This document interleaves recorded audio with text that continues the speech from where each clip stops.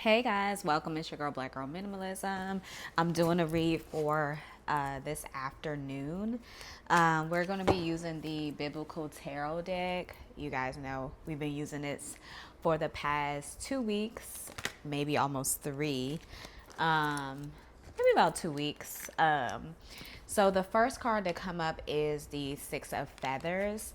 This is our protecting energy. We have, but Ruth replied, "Don't urge me to leave you or to turn back from you. Where you go, I will go, and where you stay, I will stay.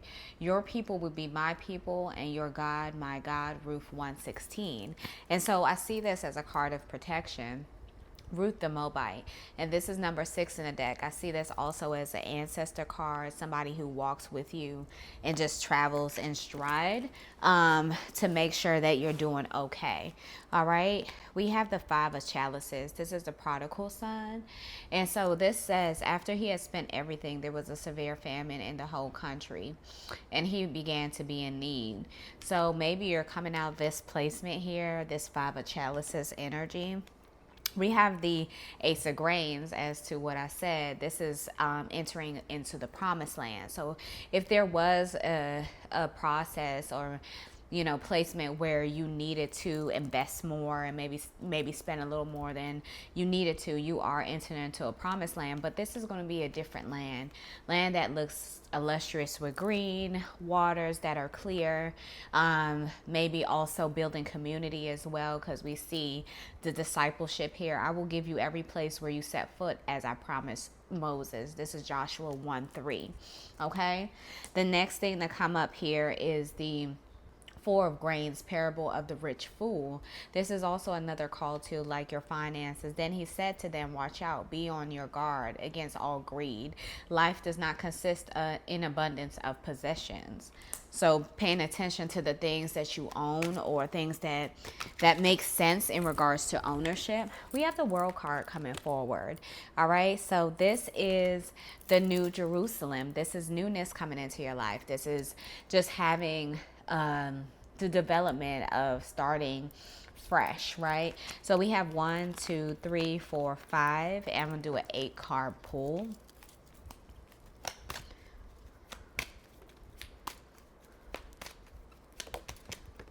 Okay. So number 6 is a 9 of Chalices. This is a celebration. This says, as the time when the Jews got relief from their enemies, and as the month went as the month when their sorrow was turned into joy. This is a flip of energy. And their mourning into a day of celebration. This is Esther 9:22, the Feast of the Purim. All right, the next card that come up is the 4 of Chalices. This is another celebration that Ark brought to Jerusalem. So this says here, wearing a linen ephod, David was dancing before the Lord with all his might, while he and all Israel were bringing up the ark of the Lord with shouts and the sounds of the trumpets. 2 Samuel 6:14, verses 14 through 16. So this says here, number 4 in the deck, a celebration of praise, worship, and newness. Okay, so we have 1, 2, 3, 4, 5, 6, 7. And let's get our 8th card. Okay, I'm gonna pick one. So this is the 9 of Feathers. This talks about denying Jesus. So Peter denies Jesus. Then Peter remembered the word Jesus had spoken before the rooster crows. You will disown me 3 times. And he went outside and wept bitterly.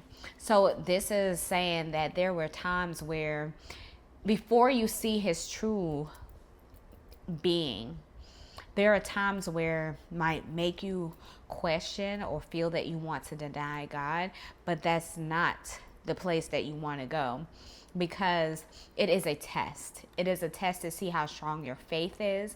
It's a test to see how utterly believing that you are in the word of God. And so it was necessary, this process that you needed to go through in order for you to see the true boldness and the goodness of the word of God. So what's facing up is the 8 of Candles. This 8 of candles is Philip and the Ethiopian. When they came up out of the water, the Spirit of the Lord suddenly took Philip away. And the eunuch did not see him again, but he went on his way rejoicing. So you're going in a new direction. He needed to take you away and put you in a new direction for you to see his faithfulness. All right. So I'm going to leave that there, and I'm going to pick one card from our Rose deck. This is Our Lady of Radiant Grace. This is what you embody. You embody grace. I was just talking to Erin about this, and she's holding a baby.